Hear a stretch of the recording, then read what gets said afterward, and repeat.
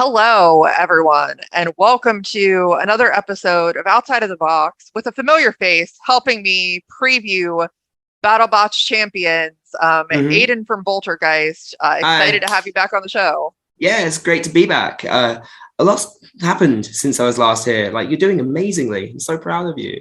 Like, you've done so much. Thank you. Yeah, it's weird to be like I talked to Jameson Go and Ray Billings in consecutive days. Like I'm how so proud of you. I'm so psyched for you. This is amazing.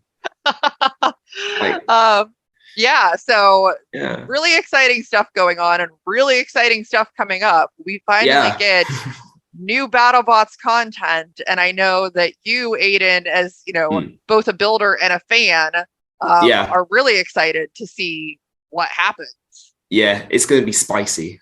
I've heard things, but pretty much the overarching thing is that this is just absolutely incredible. And it kind of rivals the actual bracket itself, like in terms of just how much action there is in this and just the quality of the fights.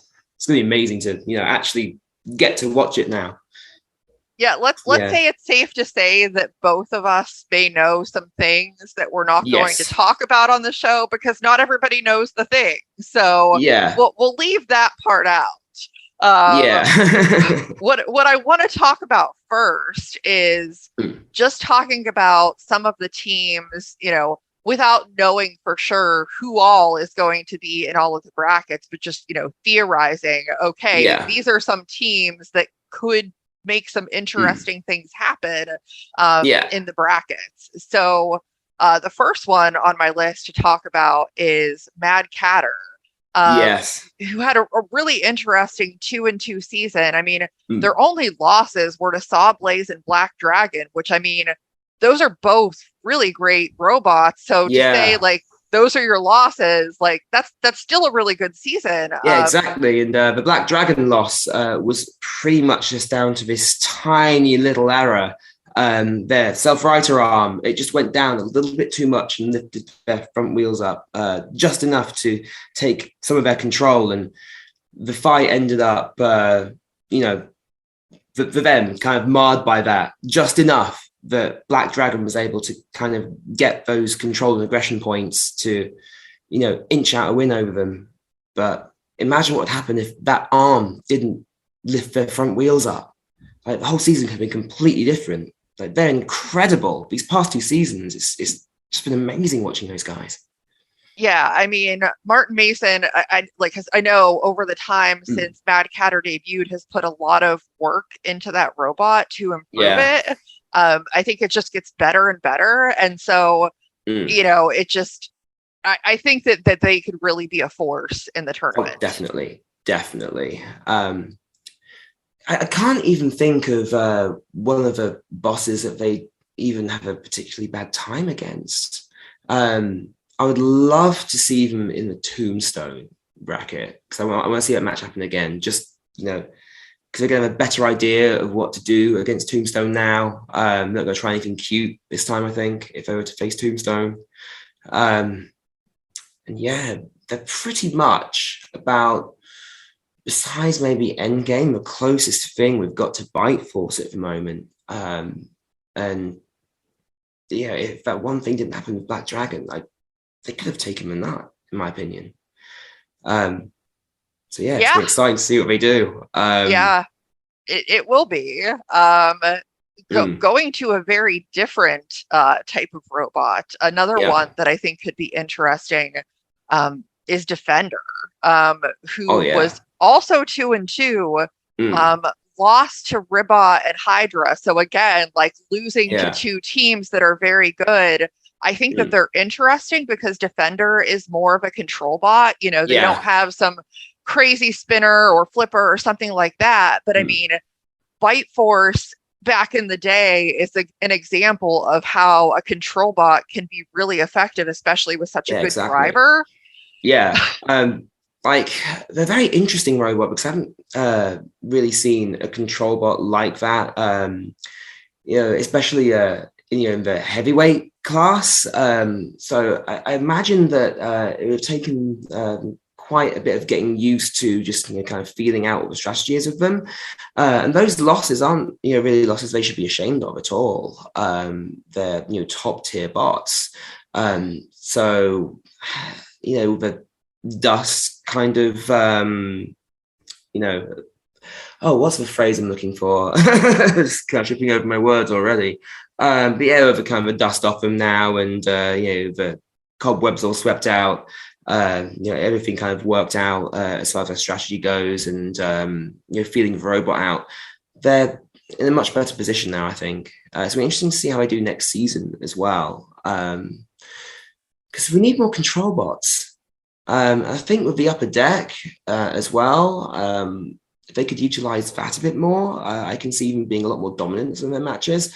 As well with the it's hard not to call it bounty hunters anymore. With the champions bracket structure, a lot of teams have kind of easier draws. This seems to be like there seems to be like a kind of narrative structure to a lot of them that the matchmakers are trying to do. So depending on who they're up against, they might have a dominant performance that would be nice to see from them.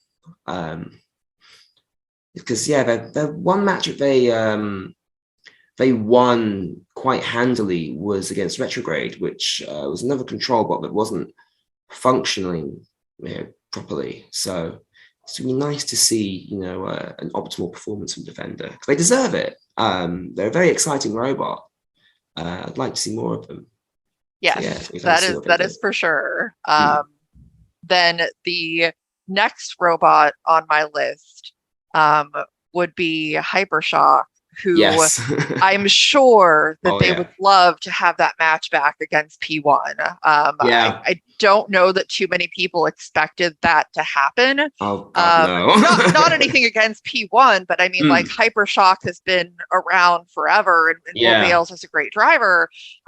So I think, maybe he's highly motivated to do well. You know? And as well, they're one of those teams where I think it's not a question of if they're going to win or not, it's a question of when. And especially seeing their performance at Remars, when, it's running well, it's insanely dominant and, optimized. Like, they're a lot tougher than I thought they'd be, because they kind of look like a remote control car, and with that look comes a few assumptions. One of those is that it's going to be kind of fragile like a toy, because it's got those kind of it's got a lot of components that look quite thin and spindly in some parts, and that's been the case sometimes. Like in the match against P1, their ears kind of with the weight of the robot kind of drooped like that, so the weapon was able to make contact with the ground and wasn't able to spin up. But they're a lot tougher than you'd assume. And that was very interesting to see when I faced Tombstone in that. I was expecting it to... I was expecting Hypershock to come out of that with a lot more damage. But that wedge is thick. I think Hypershock is one of those robots that could just take the entire bracket, no matter who else is in it. They're amazing, absolutely amazing. And I'm always looking forward to see more of Will Bales and the team. Like, they always bring it every single time. They're so entertaining. Like if Battlebots was a Saturday morning cartoon, then Will Bales and Hypershock would be the protagonists. Like, they're just so great to watch, no matter what they're doing, winning or losing. They're just brilliant. So, I mean, even if they don't, take the entire bracket, they're going to put on a great show. So, always exciting to see more of those guys. Absolutely. Speaking of exciting robots, let's talk about Ribot. Ribot, I don't, think historically in the beginning was a robot that a lot of people took seriously, and their team put a lot of work into that robot, to show it's not just some kind of gimmicky robot. Like, it is very powerful, can win. Yeah. And the only loss they had was, eventually to Hydra, unfortunately. Yeah. But I love Riba. Like, I love their chances in anything. Yeah, the modularity is a huge quantity here as well.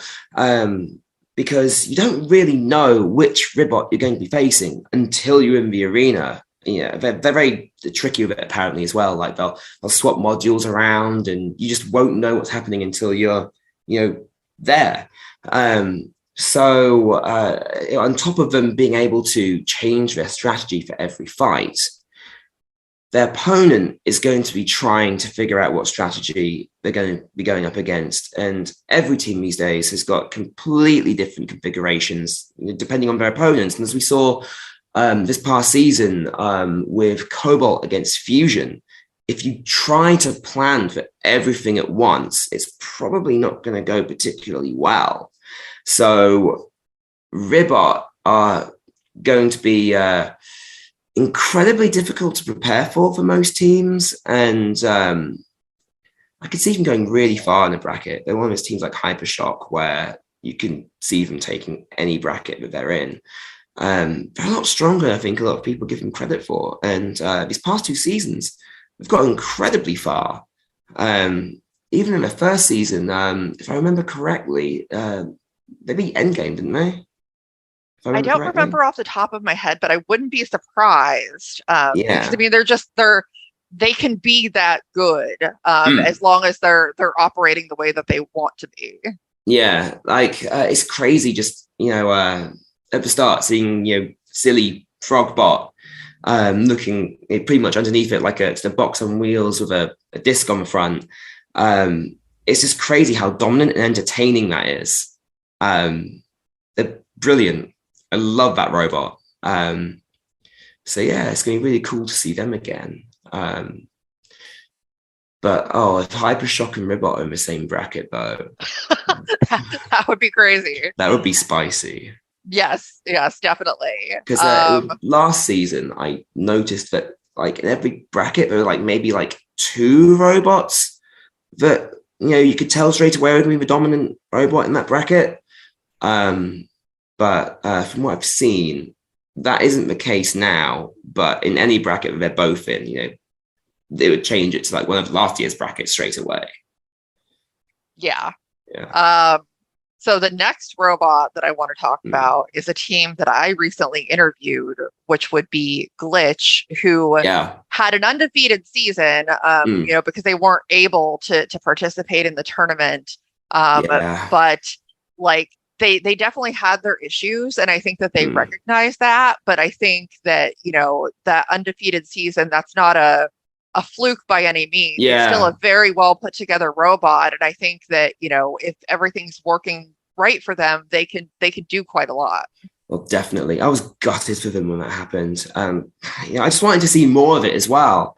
It seemed like they're finally hitting their stride. It's kind of interesting how their season went, because they did have a few teething problems, but their robot is just so good that it was still able to beat Hydra while having teething issues. So I can see them just being a bracket buster here, as long as they keep working as they seem to be working in the Kraken match. If I remember correctly, they missed the deadline in the bracket because they wanted to switch to a faster weapon to meet Witch Doctor's weapon speed. And that entailed switching everything from one robot to another. And they just didn't end up able to do that in time. So now hopefully they do have the time to get everything needed sorted out. And it's going to be cool seeing him chucking some more robots in the air. That weapon is nasty. I think a lot of people kind of get caught up on the innovative drive system, and they're missing this insane weapon that they've got. It's immense. Very Yeah, cool looking like I robot told too. them, I mean, when they fire up, I mean, it has that same sound and feeling of Minotaur, Oh, and definitely. you know, I love it. I just that's love the that thing. highest compliment that I can pay.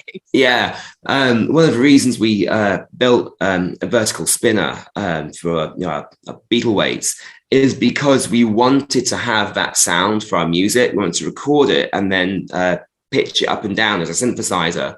I'd love to do that with Blitz or Minotaur though, because that would be beefy. That would be a massive synth. Yes.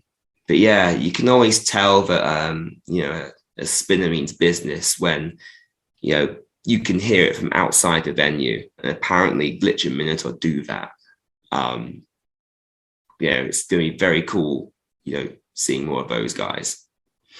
Yes. I just love those massive drums as well. They just put on such a spectacle. Absolutely.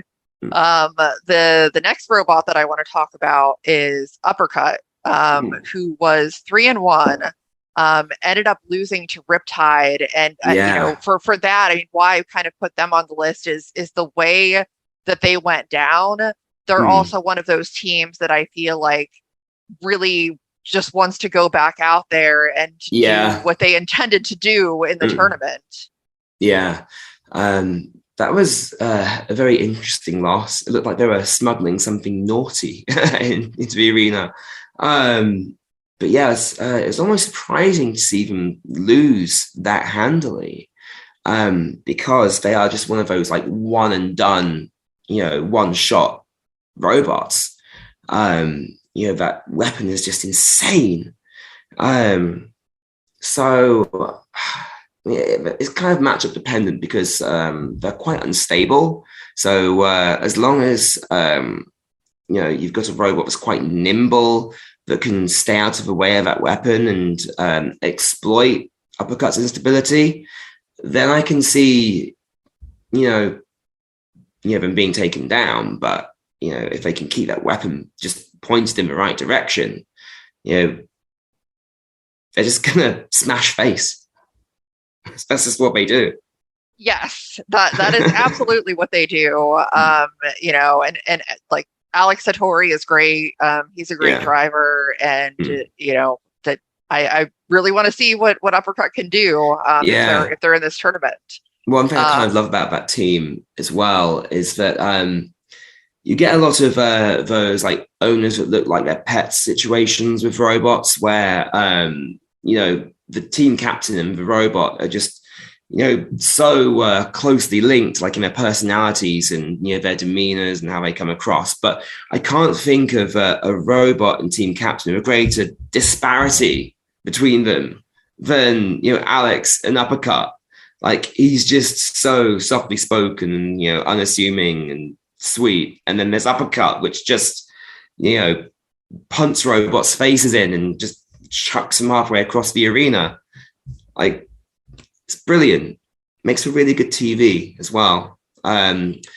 There's a book about how to put a good band together, and one of it's called Vandalism. I brought it up in a combat robotics discussion earlier today. But they say when you're putting a band together, that as well as having good cohesion between you, it can be just as good to have someone who just contrasts the rest of the band completely, and they're a great example of that. I think it's important as well when we're discussing Battlebots, as a microcosm of robot combat, to remember that it's a TV show first and foremost, and Uppercut are one of those teams that always make good TV, and I think that's a huge part of it. So that whole kind of like kind of clash of personalities between robot and captain. So yeah, always good to see them as well. Yes. So then we move on to Bloodsport, who had a 2-2 record. Again, though, when you're looking at their losses, were to Whiplash and Minotaur. Yeah. Bloodsport is just one of those robots that, like, I think that they have a really powerful weapon, and I'm just waiting for them to do something big and go really far. And I think that they can. So I think this tournament would be a good opportunity for them to do that. Yeah, they made a massive step up between seasons 4 and 5 in terms of robots design, the execution, the strategy, and they had a great season for it. And this past season, I think they just got a little bit unlucky that they're one of those other teams that are in my, list of teams and robots that are perhaps for the giant nut, not an if but a when. They're pretty much like a horizontal bite force. That even if that weapon goes down, they've got a very good robot underneath that. And I think with a lot of horizontal spinners, they can be kind of just put a weapon on some wheels. When that goes down, they've got nothing. But we've got a very good control bar underneath that.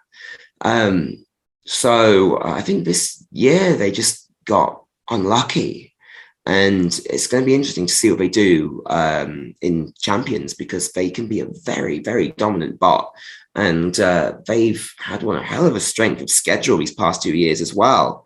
That's important to consider. They beat Endgame, and they're just an incredibly powerful robot. It's been amazing to watch progress those guys have made, especially between seasons 4 and 5, but just in general.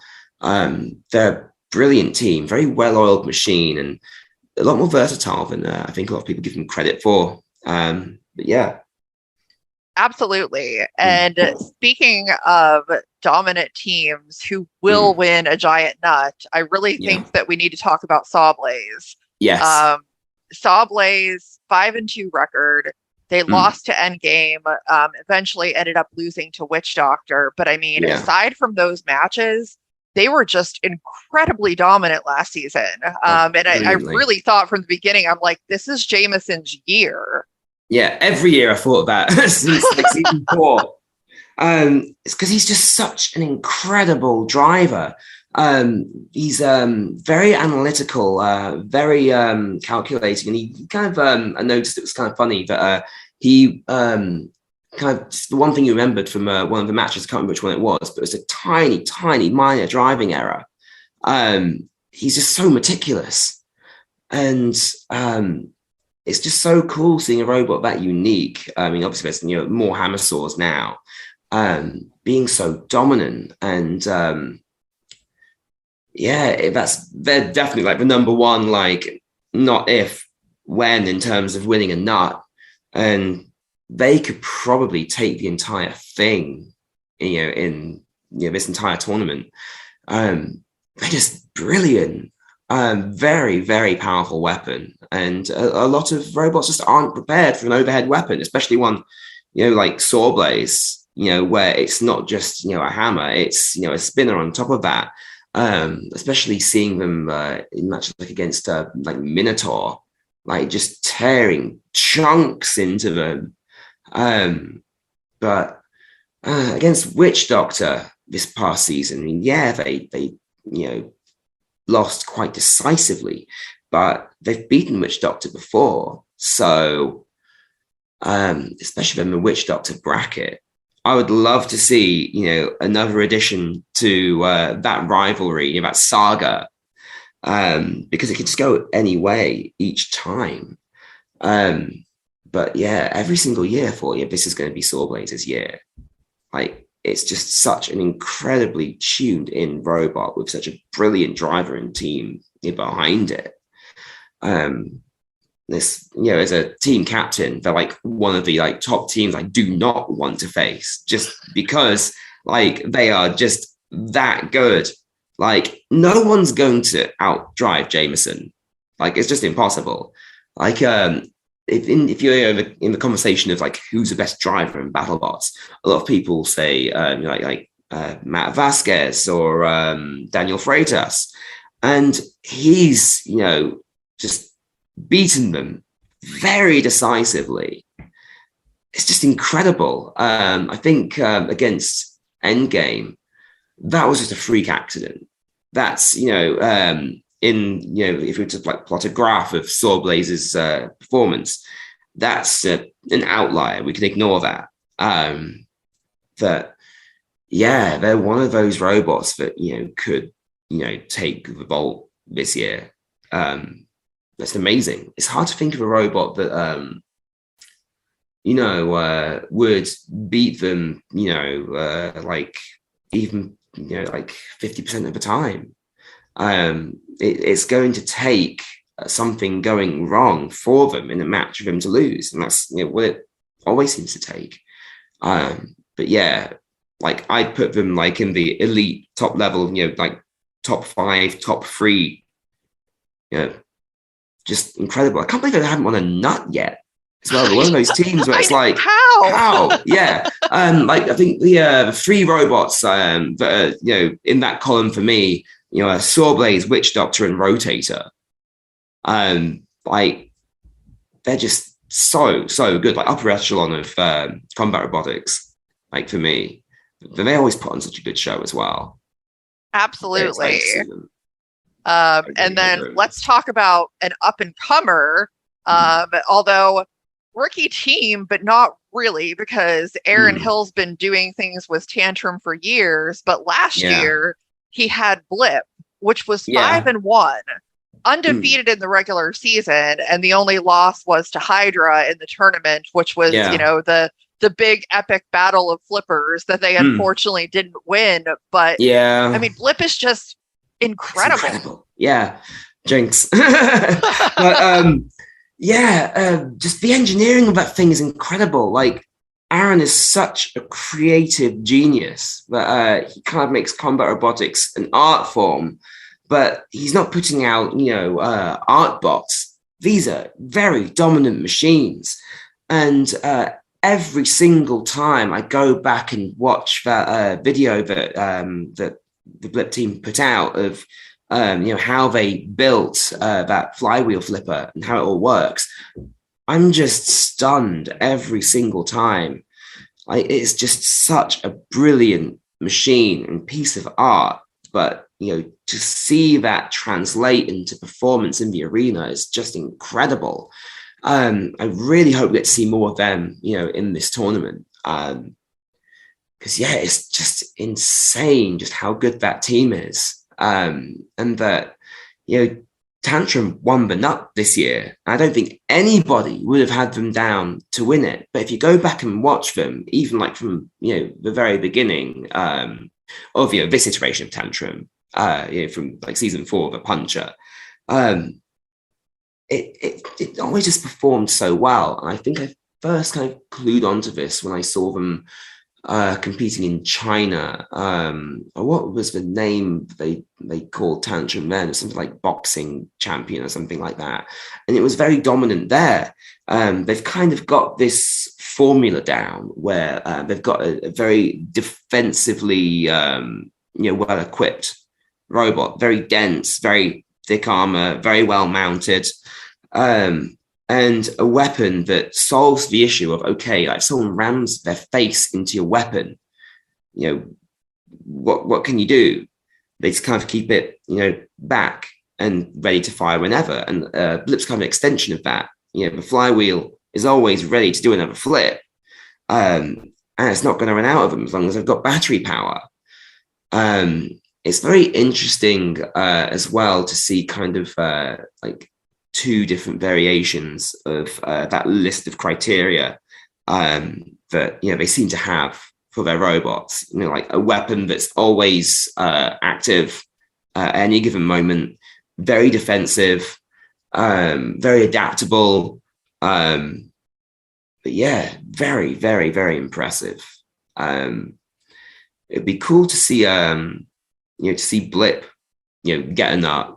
That'd be very good for that team. Because I think even though Tantrum won the nut, a lot of people just don't take what's the name of the team, like, seems reasonable. They don't seem to take them seriously as ever giant nut winners. And I understand that. I mean, sure, they had some kind of lucky wins, but they were undefeated in this, in their season, and that's no fluke. They've been working at this for years, and they were semi-finalists last year. And wasn't Blip a semi-finalist this year? I think it was semi-finalist. I'm trying to think. I mean, I know they lost to Hydra, but I'm trying to think of which round it was. Yeah. I think it was a semi-final. I think it was quarterfinals, maybe. because then Hydra ended up fighting Tantrum. Yeah. But they're the team that, like, no matter which bot it is from that team, they need to be taken seriously, and they can be a serious bracket buster. It's gonna be interesting to see if Aaron comes up with another robot for the roster, because he strikes me as one of those creators who's never content to rest on their laurels. There's always a next step, and but after winning the nut of the original concept and coming up with something as incredible as Blip, where do you go from there? Maybe it's winning the Golden Bolt with Blip. Maybe. Yeah, that's a good question. Yeah, it's an incredible machine. Like, I just love that thing.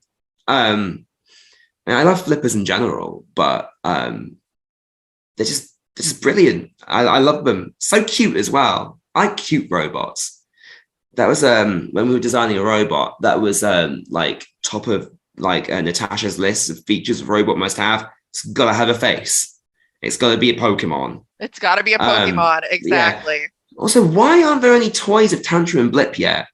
Like, there needs to be like a Hexbug Blip. Right? Yeah. Like, it's such a cool machine. Such a great, hardworking team as well. We'll be talking about Tantrum later, but I can see Blip going very, very, very far in this. Hopefully they're in it. Hopefully they're in it. That is correct. I'd love to see more of them. I just want more Blip. I want it now. Yes. And going to a team that we kind of talked a little bit about earlier, but I think is also a big threat would be Black Dragon. Yes. 3-2 record. They also ended up getting knocked out by Hydra, and their only other loss in the season was Rotator during the regular season, which, I mean, I think last year was the best season that Rotators had yet. Oh, yeah. Just the way they looked. So, two, quality losses there. And when you consider, especially in a tournament situation, that they had previously won the Desperado tournament. Oh, yeah. And beat Minotaur in the finals of that. So, they could do this. Yeah. It was great to see them go from that marquee moment, that would be like the holy grail of any Brazilian team, and then just go up from there. They've built on each season's performance brilliantly, and they're such a well-oiled machine and such a great machine as well. They always put on a good show, but they are such a dominant team. It's very simple design, very, very effective. And it's kind of hard to put my finger on exactly what it is that makes them such a dominant team. But I think it's just their team's work ethic. They make wheels for a lot of the other teams. They're the teams behind the Brazilian wheels.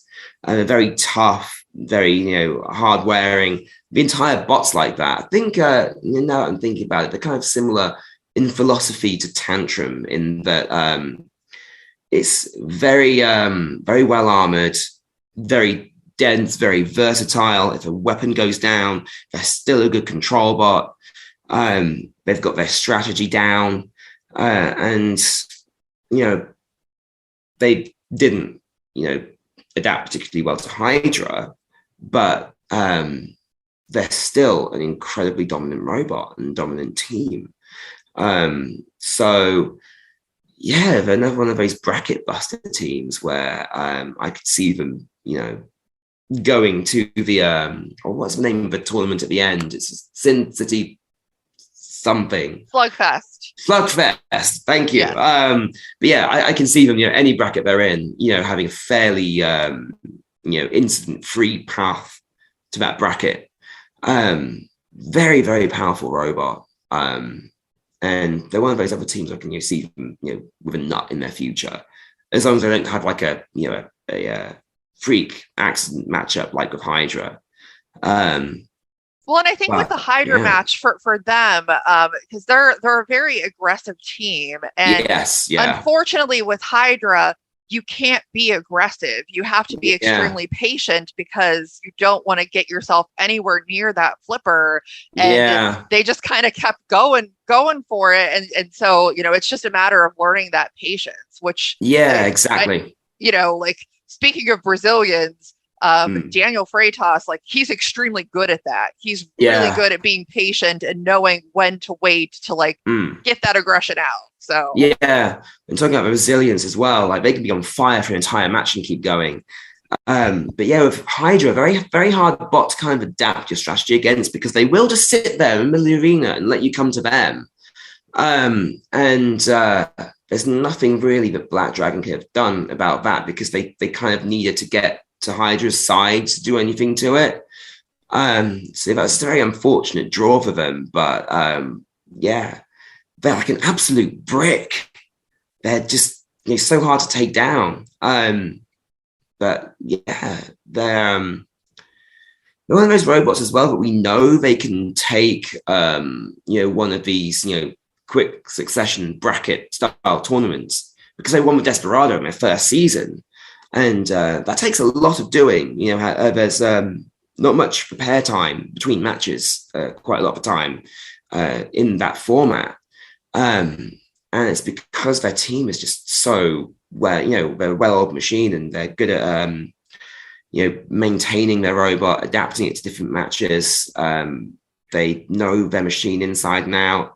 They thought of absolutely everything. I remember seeing all their different wedge configurations laid out. They've just got different options for every possible incident. They're just a brilliant team. Absolutely. I think a lot of the time people can kind of forget that the team behind a robot is half of the battle. That you can have a brilliant machine, but if your team isn't particularly good at working together and adapting to different situations, working under pressure, dealing with unexpected circumstances, then you could have bite force and you'd still fail.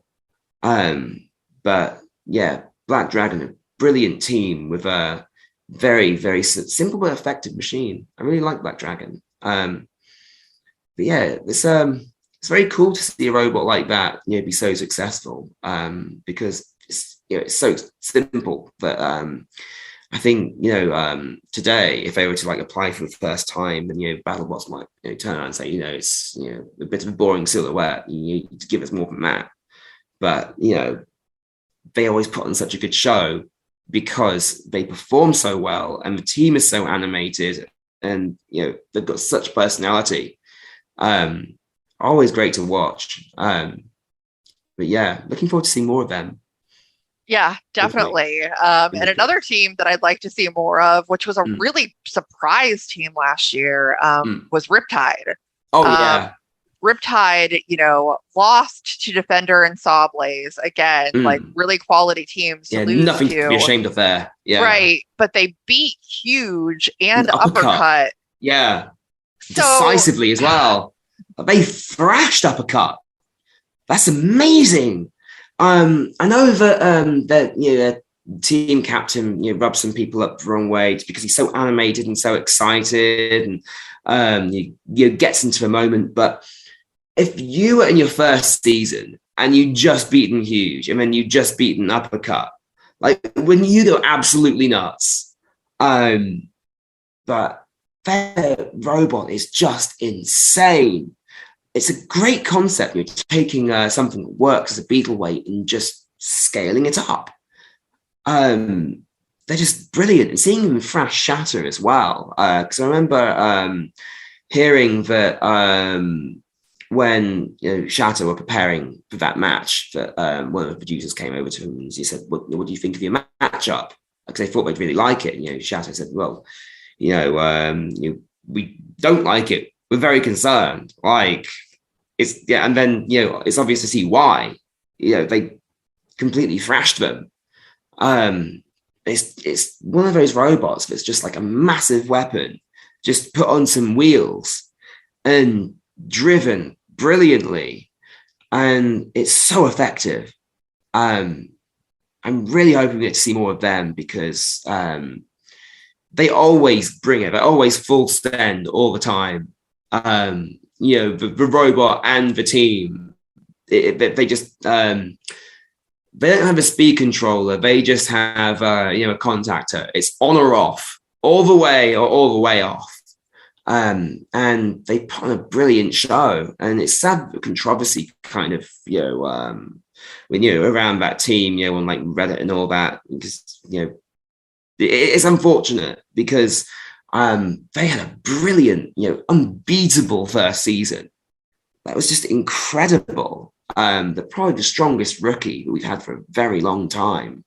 I think once people have kind of more settled in, with the idea of them, as a team, that they're going to be seen as one of those, like upper echelon, top quality teams.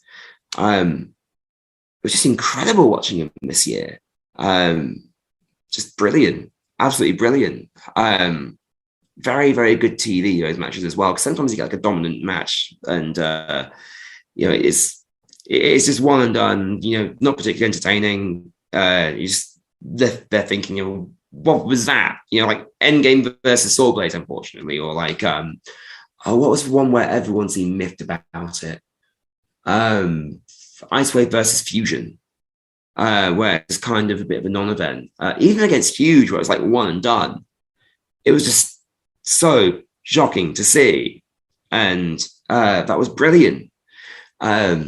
So they're one of those teams I can see going really far, but also being really fun to watch doing it. Very, very, very strong robot, and like that team should be so proud of themselves for that season they have. Like absolutely nuts.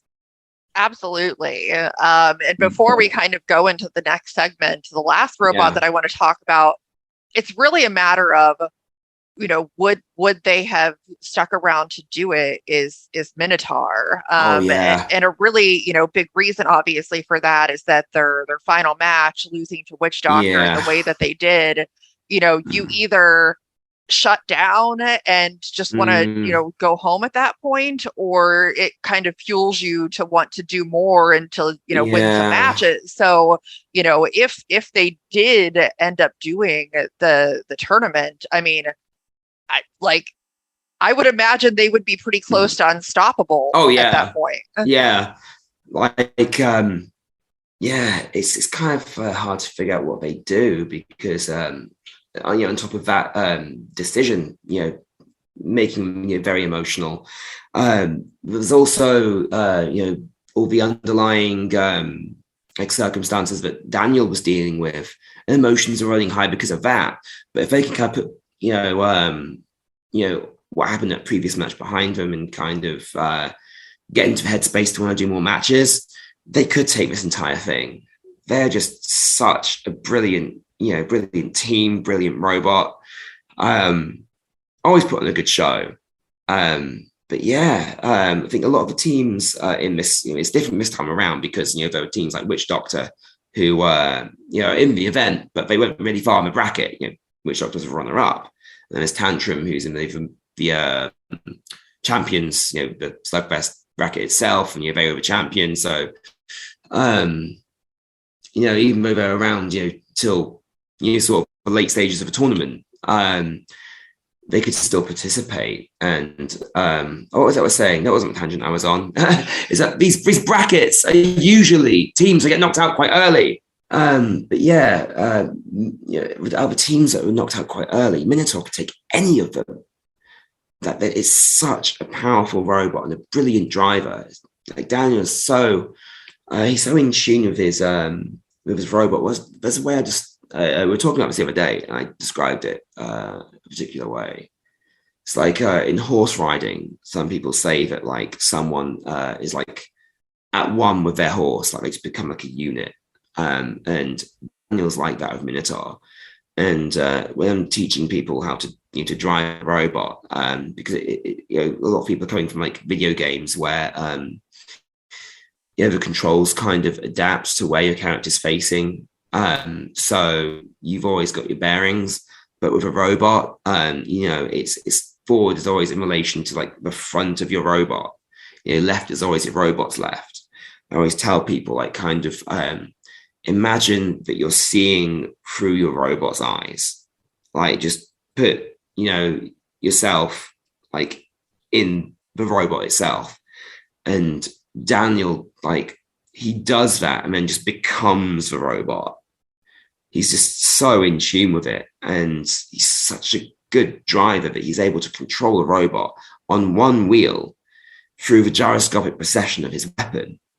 Like, he's so good at keeping that thing pointed at his opponents and, capitalizing on the slightest driving error. He's brilliant. So yeah, this happens about so many teams that they can take the entire thing. There really are. That just speaks to the quality of the robots that are, in this event or hopefully participating in it, or just the quality of the field in general these days. That, it's crazy seeing how the sport, has progressed in the past few years. But in a situation now where so many teams are like, oh yeah, they're going to win the nuts someday.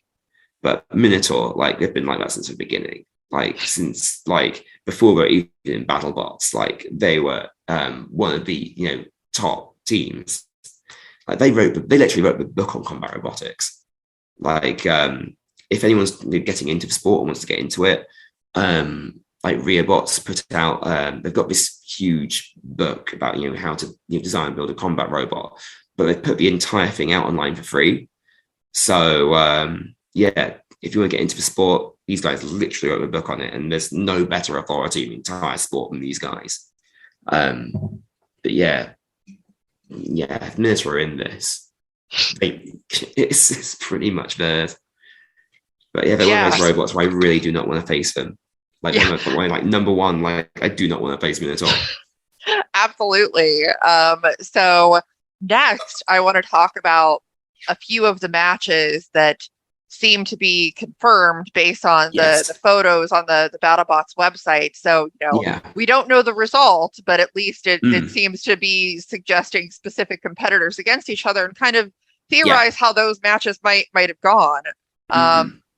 One of those, probably the one that I'm the most excited about at this point, is Huge versus Deep Six. Yes, and what I love about this one picture they put out from it is that if you look at the clock in the center of the picture, just in the corner of the arena, within 2 seconds, Huge and Deep Six have somehow met each other in the center of the arena.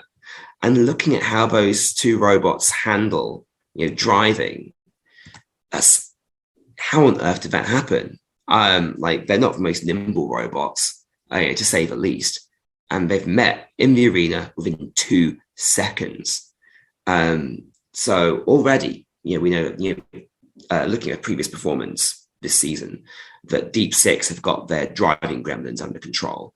I'm not sure if they were having problems driving or if they were just kind of a bit tentative, having to get used, to driving, Deep Six. Can imagine they don't have many opportunities to test a robot weapon like that.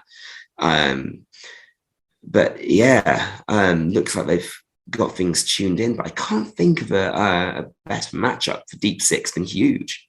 It seems like they're pretty much designed for Huge. So I can see this, at least in the early stages, unless Huge are able to kind of get their bearings on this. I can see Huge flying through the air very quickly here.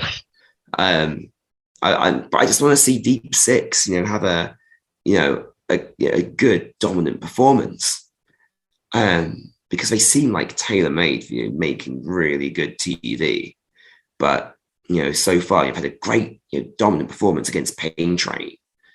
But besides that, and the double knockout with Nelly, beating Axe backwards, they haven't had that massive moment yet that we know they can have. So I'm looking forward to hopefully seeing that Huge. They both have super scary weapons. I think most other teams, they're concerned about that. But I think, like you mentioned, the thing with Deep Six is amazing weapon, but they had some other issues that, maybe have held them back from utilizing that weapon as effectively as it can be used. So I think like that, I'm just excited. I need to see this match. It's going to be amazing. Oh God, yeah. One thing I had to just check now, I had to check him a picture because we were talking about this matchup before, and I was saying that your Deep Six is like the epitome of just a weapon on wheels with like no armor. And I had to go and check, have they put more top armor on for this matchup? And they have. They do seem to have some thick black armor, and that looks like HCP, UHMW on there. So maybe that'll work. But if Huge can get like a good shot in on them, if they can get Deep Six's weapon to stop moving, then as said, Deep Six isn't the most well-armed robot; they're quite clumsy. But I mean, either way, this match is going to be great to watch. It definitely will be.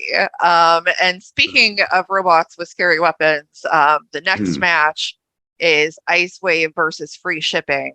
Yeah. It's such a great segue because Icewave has torn Huge apart before. Yes. But, going up against Freeshipping, Gary Jin is such an amazing driver. So I'd like to think that even against a scary weapon like the one Icewave has, that he is smart enough to try and avoid that and do what he can with the robot. But I just that's an interesting matchup. Yeah, looking at the picture, he does have his big anti-horizontal plow on, so he should be very well equipped for this. Kind of thinking about this matchup, in terms of like Gary Jin's previous performance, Icewave's previous performance, it's kind of easy to think of Freeshipping as just Original Sin with a hat. And imagining Original Sin versus Icewave, I think Original Sin, takes it. But with not Deep Six, Freeshipping's lifter, if it can get under Icewave and just flip it up, the match is over. But Gary Jin is such a great driver, and he's so good at just keeping a plow pointed at a weapon, that I think this is going to be like Icewave's big test, to see if Icewave is still a viable design these days. Because it's very hard to succeed in today's environment without a Shremek or being able to drive inverted. And that's kind of let them down this season. I think we can actually see Freeshipping getting their first win of this year in this fight.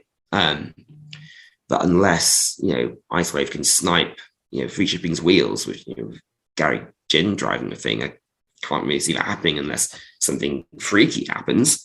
But I think this is Freeshipping's match to lose, really. Also interesting to note that Icewave was previously, the bounty, and Scorpios beat them in that bounty match, which kind of, led to the configuration on this. So just, really interesting. This is the Scorpios bracket, isn't it? I don't know what. I'm going to check. I think this is. Hang on, let me see. I think it is. I'll just go on the Battlebots website. So if anyone else wants to see these pictures, it's a good segue into this. If you want to see these pictures, they are on the listings of the episodes on Battlebots website. It's the Rotator bracket. So they're not fighting for their old, bounty crown, but it would be very interesting to see them go up against Rotator if they can get there. Because they're very, very powerful weapons, very powerful horizontal spinners.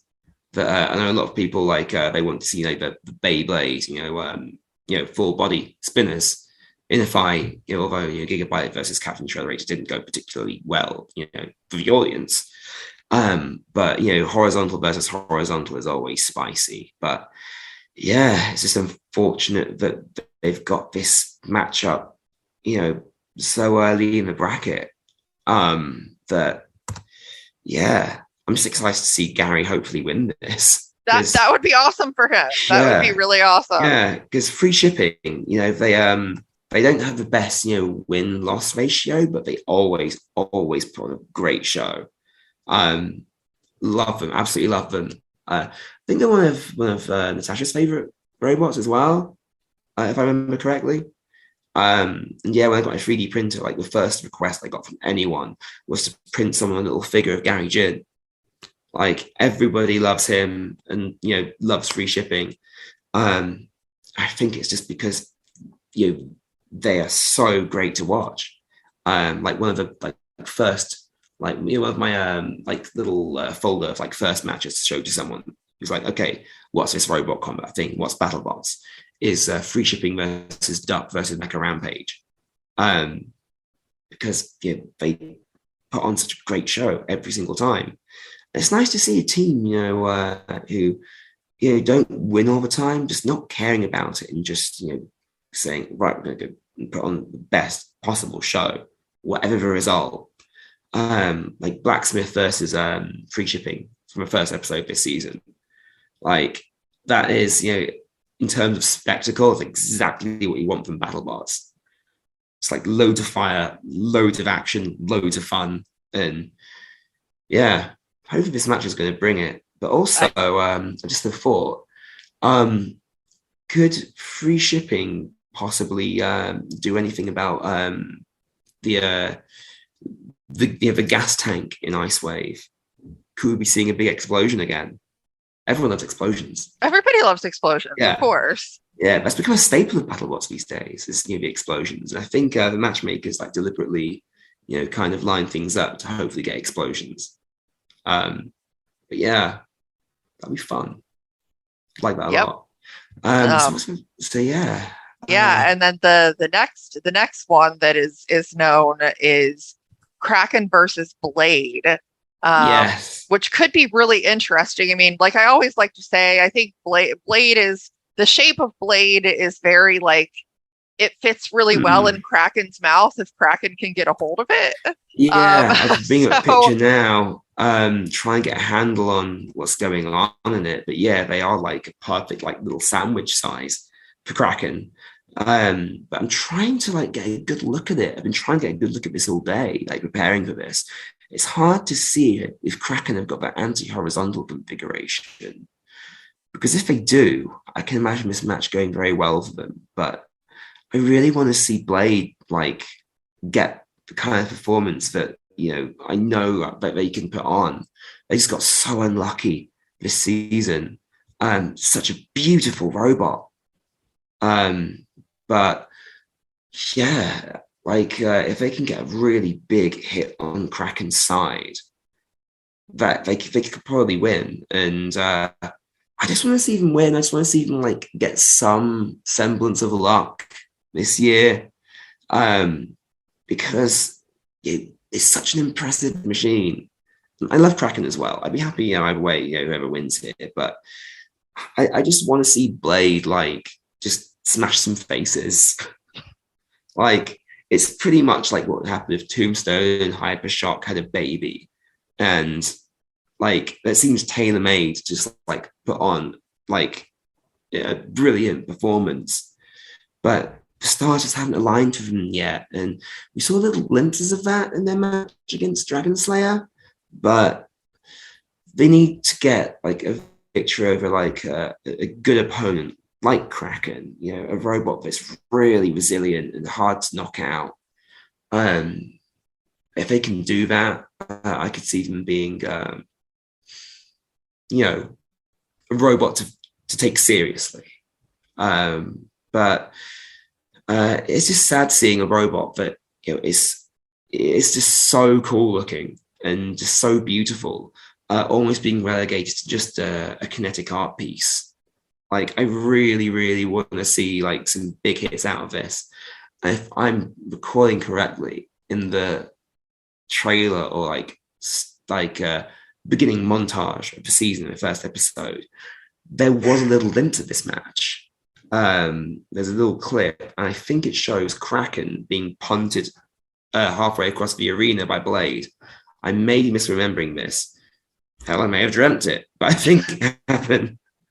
So that's like a knockout shot to me.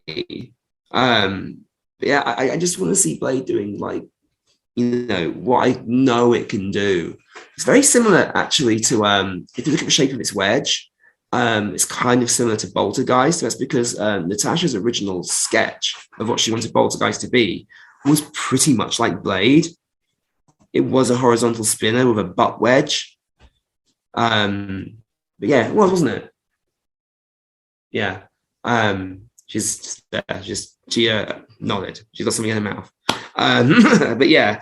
But yeah, it's because it's just such a great combination of features as well. But a lot of the time you've got these horizontal spinners that are just a weapon with wheels attached, and they've got this big chunky wedge as well. And that's the concept that Natasha had for Boltergeist then, was big weapon, big wedge, super versatile, but had that knockout power. I want to see that from them. And they came all this way. They came from Korea to have a season like that. I just want to see them have a really good time, in Champions. I love that robot so much. It's one of my absolute favorites. It's just so cool. Like, I even got a picture up right now. Like, it never gets old for me seeing that thing. It's beautiful. Absolutely. Yeah. Now, the last matchup that I want to talk about is Sub-Zero versus Perfect Phoenix, which could be really interesting because, when I was talking to Ray, he was talking about Tyler and Perfect Phoenix, and that is not a robot to be overlooked because Tyler is an amazing driver. Like, he's brilliant, absolutely brilliant, and the cojones of that kid as well to name all of his robots after Beyblades. Like he's the man. Like, I want to give him a high five for that. But yeah, also wasn't Perfect Phoenix like in a former life things Brutality? Yes. Paul Ventimiglia machine. So you've got that pedigree behind it as well. But Tyler is like pretty much like the Battlebots wunderkind. Like, he's extremely gifted as a driver. You've got to take him as seriously as like any like driver who's been in the game for like 20, going on 30 years. He's just brilliant, and it was interesting seeing how he handled a robot that's quite different from what he generally drove before. He had a lot of success with kind of like a D2 kit type robot, so just like a wedge with wheels on it, and he drove that to perfection. But yeah, Perfect Phoenix, he had a very, very strong first season last year, and it was sad not to see him this year in the main tournament, but good on him for prioritizing school over Battlebots. Stay in school, kids. Otherwise, you'll end up an artist and disappointing your parents. And don't do that. Stay in school. Be an engineer. Don't wait until you're like late 20s to finally realize that being an engineer is a way to go. But yeah, this picture from this matchup, very interesting, because you got Sub-Zero, and its flipper is down. So it's either, just, went up and down very quickly, which I don't think, looking at this hit, could have happened. But you've got Sub-Zero, firmly planted on the ground, flipper down, and Perfect Phoenix is about 6-8 inches in the air, and its wedge is, the tip of its wedge is hitting its weapon. And I was very surprised to see that able to happen on something was built by Paul Ventimiglia and tuned up by Ray Billings. I was kind of surprised, there's like, because usually I'm like designing a robot, like, okay, I don't want these wedgelets to kind of like hit the weapon. But yeah, it's very interesting to see that happening. and like trying to assess the damage on the robots. Doesn't look like there's much of it yet. But I can see this being a perfect matchup for Sub-Zero. And it looks like in this picture, I guess what I was trying to get across is that Sub-Zero is not really having to do much to get on top of Perfect Phoenix, or to at least take advantage of Perfect Phoenix's shortcomings. It's kind of like Icewave, it's a good control bot, but like Bloodsport as well, if the weapon goes down, but it doesn't have a self-righting mechanism. And, that's, what I think puts, Bloodsport ahead of Icewave. And, going up against a flipper, and, in this picture, like it's very early on in the match, I'm having a bit of a bad time with it. If Sub-Zero can get, even just a well-timed shove, against the screws, doesn't even have to be a flip, if the flipper's not working like, it was against Shatter, then I can't really see this being anything but Sub-Zero's match to lose. As much as I really want to see a great performance, Tyler and Perfect Phoenix, in the only, thing they can participate in this year, which is unfortunate, because I really like, seeing Tyler and Perfect Phoenix. They always put on a great show. It's great to see kids in this as well. There needs to be more kids in this sport, because when I was I remember being, I think I was 8 years old when Robot Wars started, and I remember seeing it was like the Demolisher, where there was like a really young kid on my team, and thinking, okay, if he can do it, and I can do this too. And that was like my kind of gateway into combat robotics, is just it feeling accessible. And I think there needs to be more of that for kids, in this era. And Tyler's great for that. So it's just unfortunate, but that. I guess these matchups are kind of early in the bracket, so they don't spoil anything. But knowing Battlebots, this could be the final match before the boss.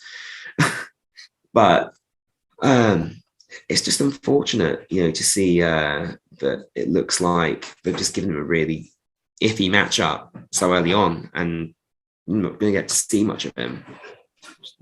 Well, we'll see. Sad. We'll see what happens for sure.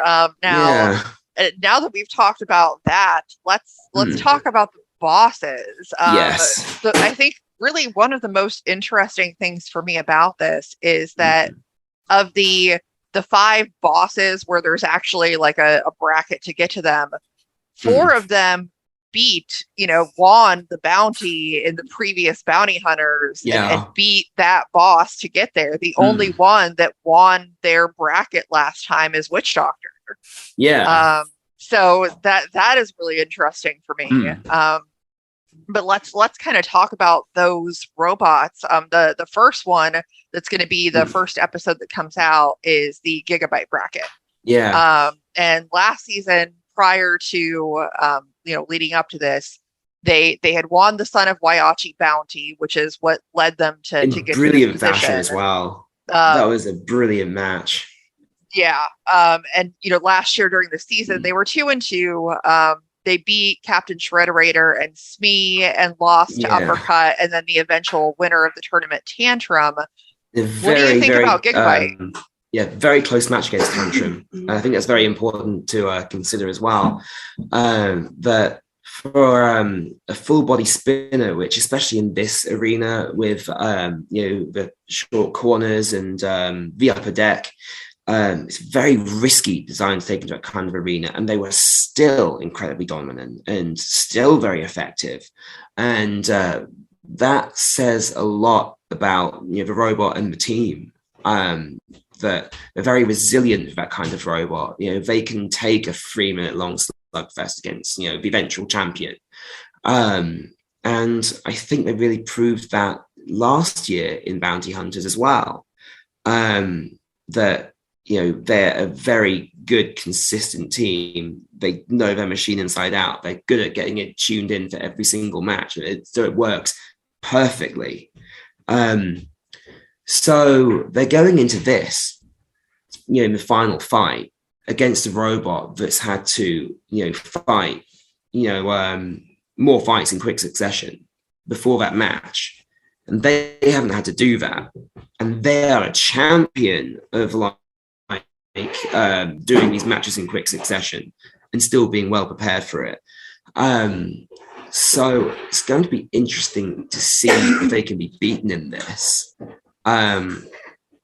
Because, like if they can win, in, having to fight their way up a bracket, against, a robot like Son of Waiachi, then what's going to happen, when they're already sitting, at the top? Like, they are a brilliant robot, a great team. And Tasha, you said the stick was janky, but it's not janky, it's funny looking. Yeah, because she wanted to clarify that. She said that it's funny looking and simple, but it's very effective. And it's just amazing to see a robot like that perform so well. In an arena that seems to be completely stacked against robots that are all prepared for, like robots like Tombstone. Like, everyone's got a Tombstone plan, and therefore they've got a horizontal spinner plan. I think they're one of those robots that people need to take a lot more seriously, because they are, just brilliant, for what they are.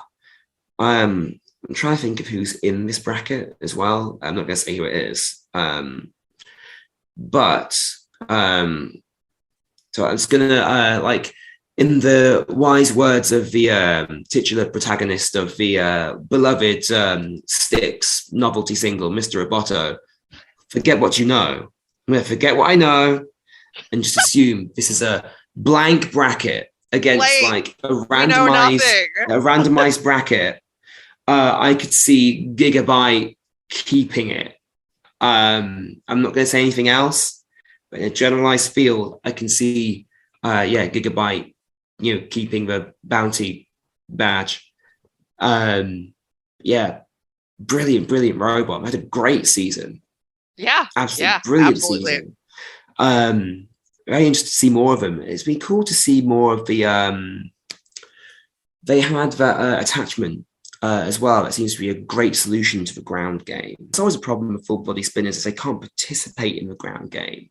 But Gigabyte have been doing this for a very long time. Like, that was an attachment I've seen on Megabyte, and I think they did it in China as well. I think it was still called Megabyte in China.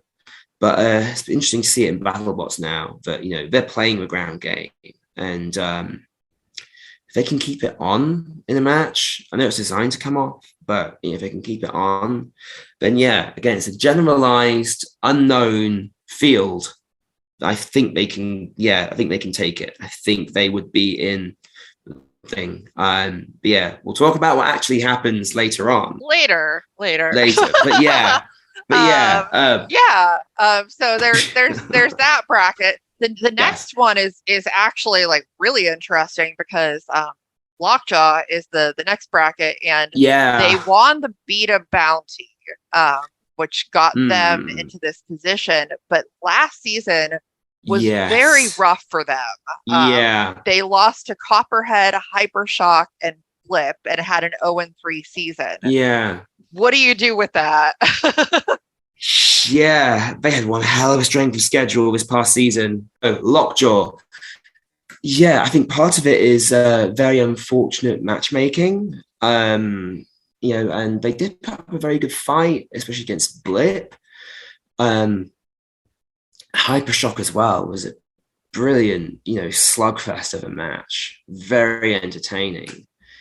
But I think a lot of it was just scheduling, that because Donald is such a legend, and he's been doing it for this long, and he's always performed so well, always ended up making top cut, that the selection committee have said, okay, we're going to give you the season from hell, real test.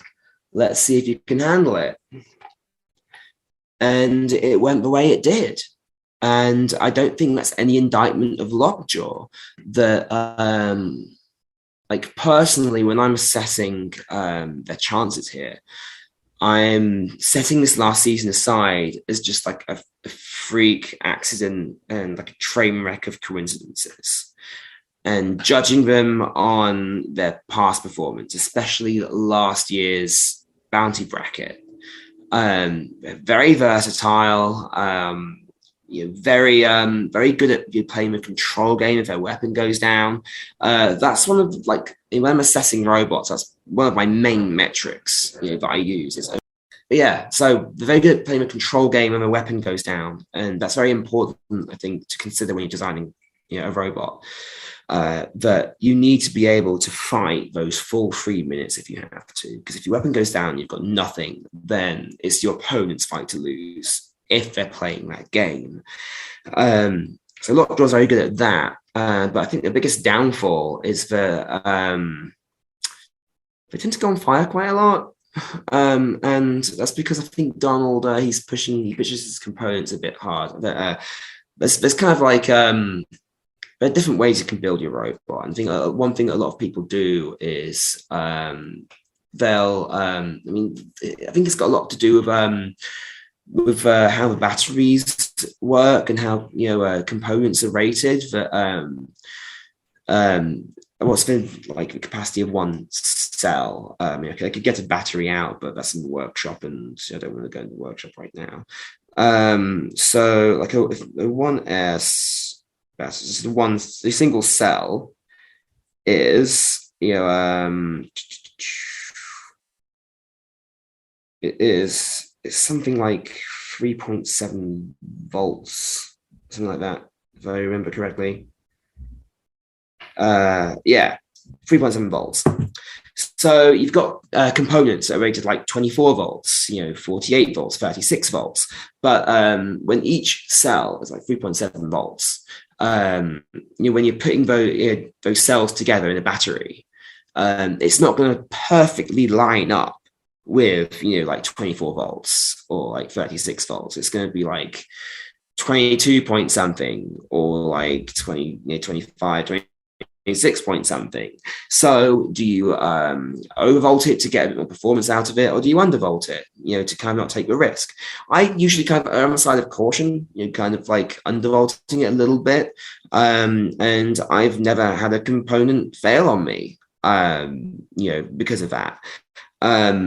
But that temptation of getting extra power out of your weapon, out of your drive is, it's very tempting, for some teams, and Lockjaw is like that, isn't it, Boo?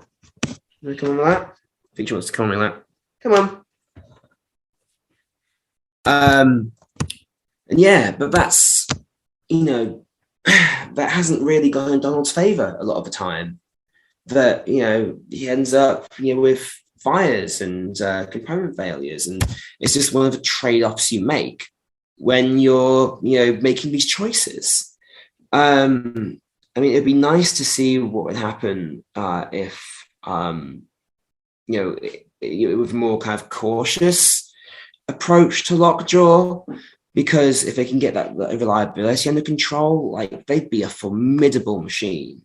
It's very effective, great formula, and I really like what they've done with the wheels. They've got very good like suspension on there, quite bouncy. I imagine that with kind of more attention paid to reliability, you were kind of taking a little bit of shock out of hits if you go in their favor.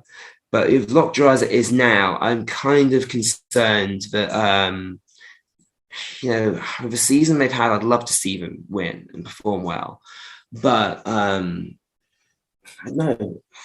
It's hard to judge, because if Donald's tilted a bit from the season, that can kind of get a better of you, and you can kind of make decisions in the heat of the moment that don't exactly go well. But Donald's a great driver. He's done this for years, and it's hard to assess. I'm trying to ignore this past season and reliability issues, because they did so well in that beta bracket. Like, they absolutely thrashed beta, and did so well in their bracket. Didn't they fight Bloodsport, I think, in their last bracket? On the way to fight beta.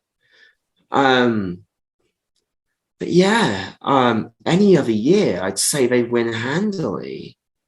But you just can't discount that Donald Hudson's, got a lot of nuts under his belt, and he's one of those teams like Gigabyte who's done tournaments like this before. He won with Desperado and he won the Bounty bracket last year.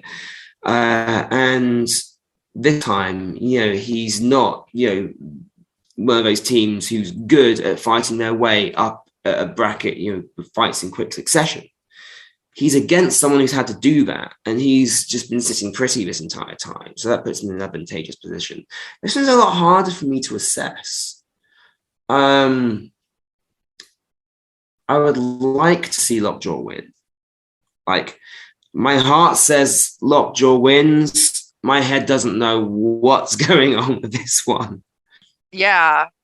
Now, a team that I think had a very completely different season from Lockjaw is Rotator, who came in from winning the Bronco Bounty the previous year, and their only loss during the regular season was to Tantrum. So Victor Soto, fantastic year, just a really great robot. He's put a lot of work into it. What do you think, happens there? What I've noticed is these past 2 seasons where they've been in the bracket, I can't remember who he lost to in season 3, but in both these past seasons, they've lost to the eventual champion. And that's, that speaks a lot about, Rotator's, performance, as a robot and as a team. Like, Victor Soto seems to have his strategy down. Like, he knows exactly what he's doing every single match. He executes it to perfection. I think if any one of these, bounty bosses are going to win the Bolt, most likely it's going to be Rotator. Because, like, it's just such an optimized machine. It's one of those robots where they've got this insanely powerful weapon, but they've still built it like a brick. They've got a great driver behind it. It's just incredible seeing what they've achieved these past few seasons. Season 4, I think, beating Tombstone kind of gave him that boost. And then the next seasons after that, they've built on that, like, incredibly. They've got, I think it's partly because they've got such confidence in their machine now. It's so hard to take down as well. Like, seeing it like go 3 minutes against like Valkyrie, like, it's incredible. Like, every single time they fight, they're so, Victor's so technical as well about it. Everything he says he's going to do, the pre-match, like, okay, this is my strategy. He does it perfectly, like Black Dragon. Don't worry. So Tasha wants to go to sleep. Don't worry, almost done. So she's tired of a long day. Against Black Dragon, he did that kind of getting under them and whipping around perfectly. Like, it was just brilliant to watch. So doing the same thing, ignoring who's in the bracket, but we've seen as supporters, completely blank slate. I think there are very few situations where Rotator doesn't take it. And I think looking at the bracket as a whole, the champions, I think he's got a very, very good chance against any of them. Almost beat Tantrum. If he just left Tantrum alone and just let them sit on that component they were beached on, they'd have won it. And I think that Uta was a freak accident. And, like, watching that match, I still, like, want to scream at the TV, like, Victor, don't go in, they're beached on the little tiny piece of shrapnel, just don't, leave them. I think I might have mentioned this before, but in the video, but Rotator winning the nut, it's not an if, it's a when. And like, they've only lost these past 2 seasons to the eventual champions. It'd be interesting to see what they do against, like, say, a robot like Witch Doctor. Have they fought Witch Doctor yet? Like, if Witch Doctor wins theirs, then it'd be interesting to see what happens. But anybody else, I think Rotator can take anything. Very impressive in this past season. Yeah, definitely. Yeah. Then the next bounty bracket is Scorpios, which, as I mentioned, had won the Icewave bounty, and I think Scorpios had a very deceptive record last season because they were 2-3, but they lost to Whiplash, Yeti, and Endgame. Yeah. So they're still amazing. Zach is a great driver, like really underrated. Zach and Diana as like a duo, like a driver and weapon operator. They are so well in tune with each other. Really nice people as well. They're such great, examples of a community. But yeah, this past season, the loss against Endgame was very unfortunate. But that's Endgame. But they're a very resilient robot. They've got a great weapon. Good at playing the control game. I'm not sure if they've got this armor like this past season, or if I think it's just a new thing they've got with these wedgelets that do something very clever. So I don't think they're in play for this. But as long as they, keep their front pointed at most opponents, they do very well against them. As long as their weapon doesn't stop working, they tend to do very well. But it depends a lot on their matchups. They're quite matchup dependent. If they go up against a horizontal, they can take any horizontal, really. I think maybe besides Rotator. And what's kind of interesting about their last bracket is I think their problems with their weapon. I think again, it was either against Hypershock or against Icewave or both. Their weapon, the spinner part of it at least, was mostly down. They were still able to dominate and win. So based on that performance, I think they can take most opponents. But based on the past season,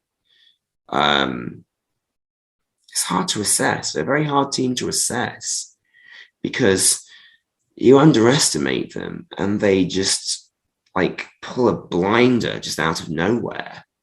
And then matches you think could be a dead cert for them, something happens.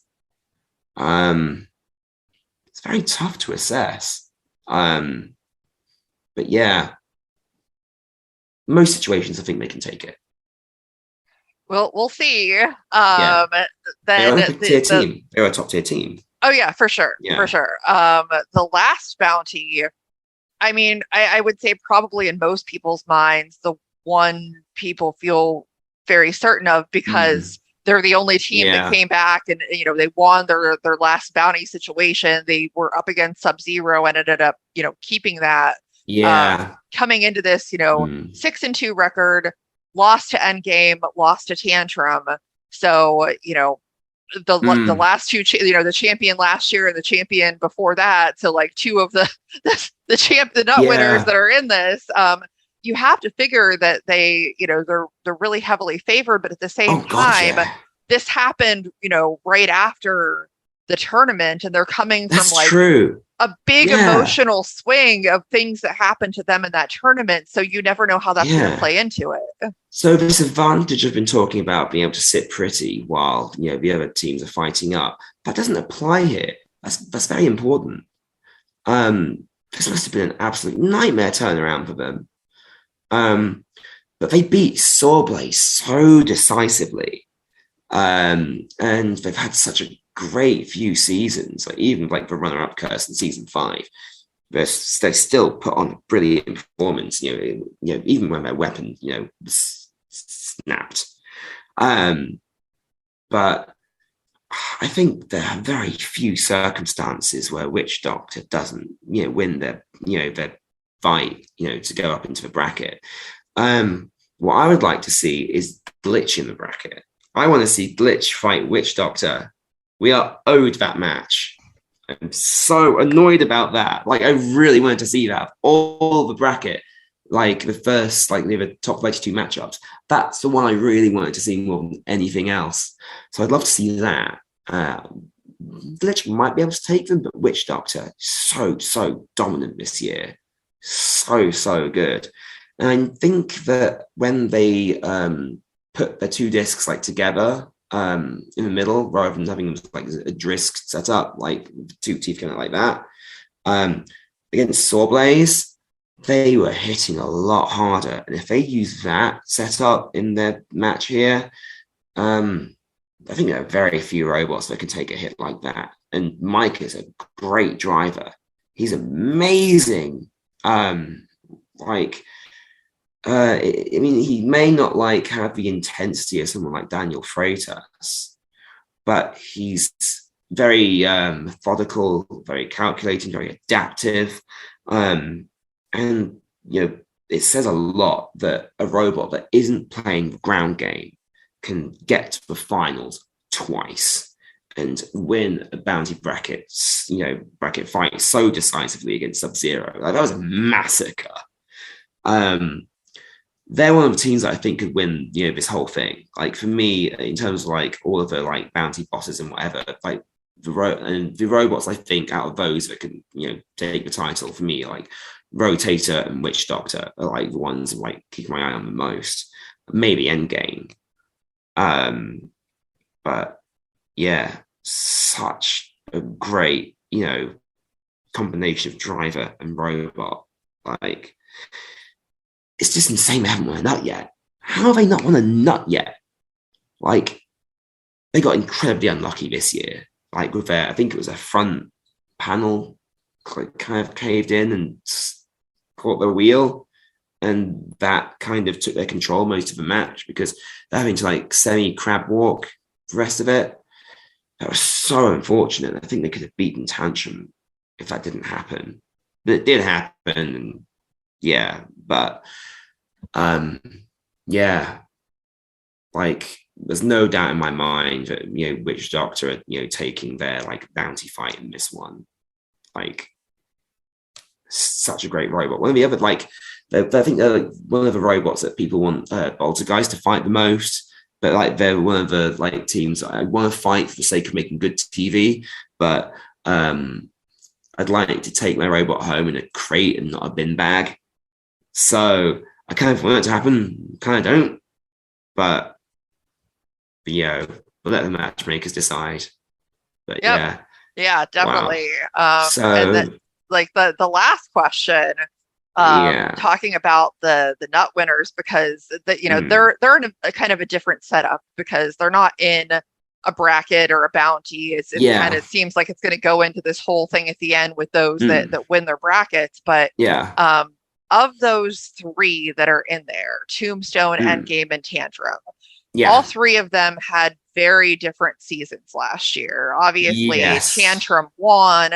Endgame had a great regular season, but then lost to Minotaur in the tournament. And Tombstone had, not the normal season that you expect from Tombstone.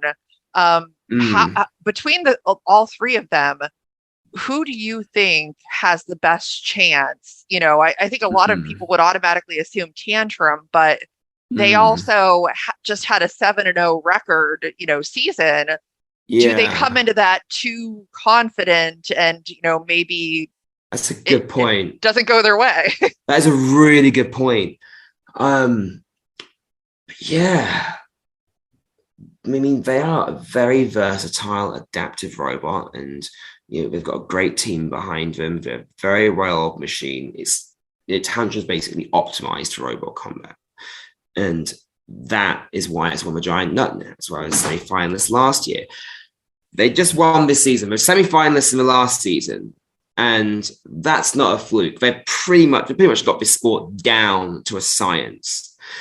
But yeah, you're right. They might come into this a bit too bold, a bit too confident. But also they're going to have done this entire season having fought more fights than anyone.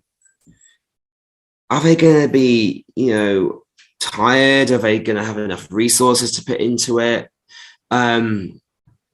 Because, have they got enough spares for it even? Like, would they have even thought this far ahead, doing something after being a champion?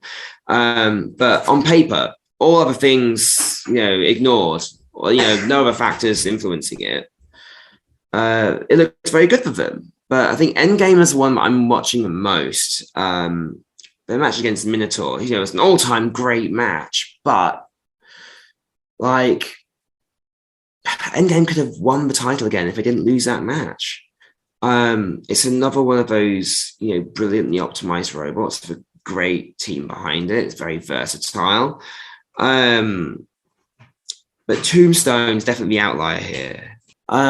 Because the thing about Tombstone these past 2 years is they've been trying something different, and with changing things out, with trying new things comes risk.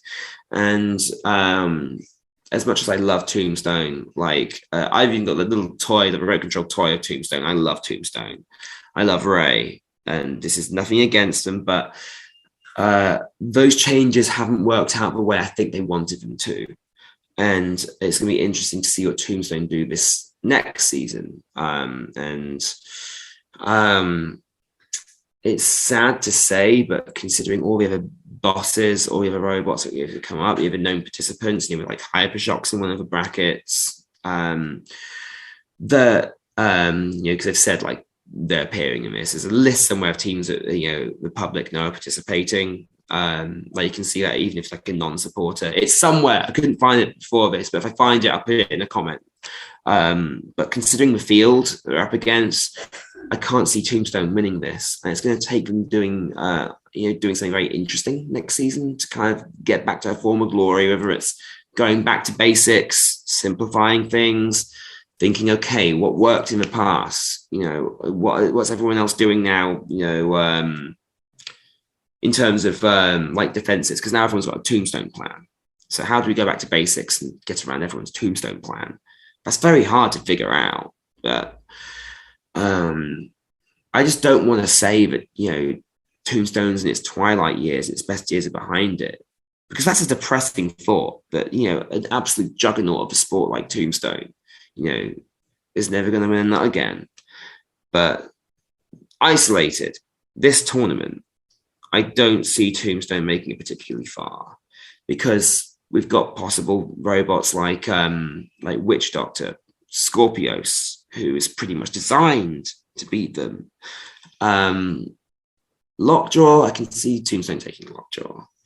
Endgame against Tombstone as well. I think Endgame beat Tombstone again. What I do want to see more than anything else from Tombstone is I want to see Tombstone versus Tantrum again. Because last time, Tantrum was just a spatula, and it got its fist planted into the wall. I think that matchup's going to go very differently this time. But wouldn't that be the perfect end to this whole glow up from Tantrum, going from being Tombstone's punching bag for an exhibition match into the reigning champion and eventual Tombstone killer? They've got to do that, if not now in a grudge match. If it doesn't happen here, mark my words, it'll be the first main event of next season. If it doesn't happen now, that is when it's happening. But yeah, out of those three, I would be keeping my eye on Tantrum, but I think Endgame is the best positioned.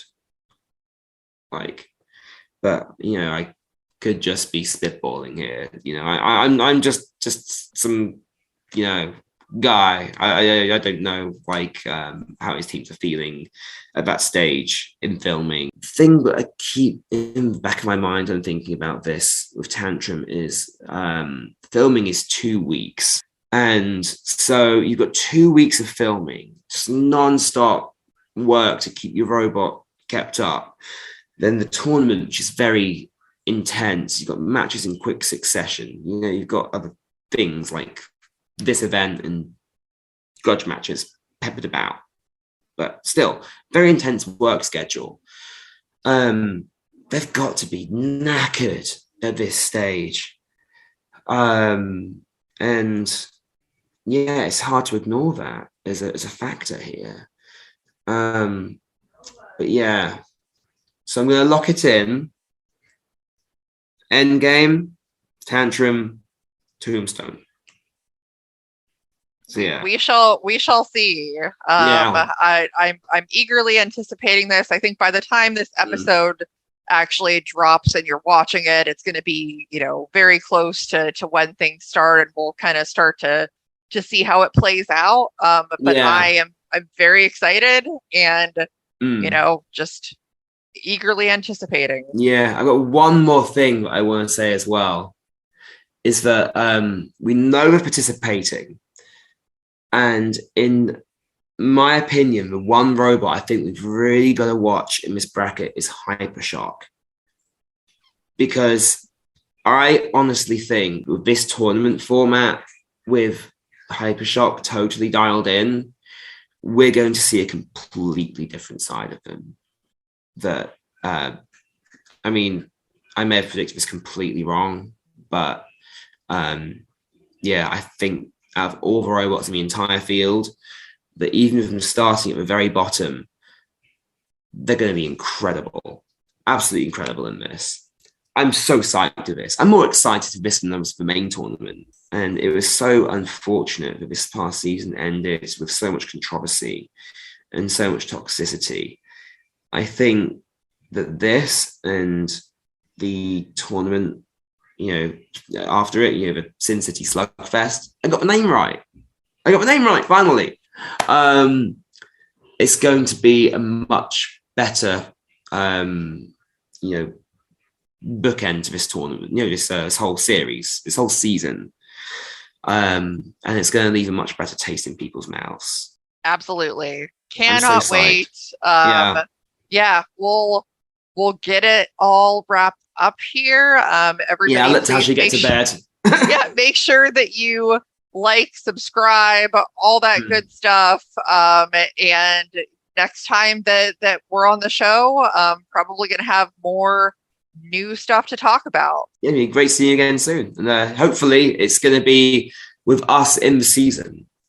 And thank you so much for having me again. It's great, just chatting with you again, but also like doing this in the back of my mind, what you've achieved since we last talked.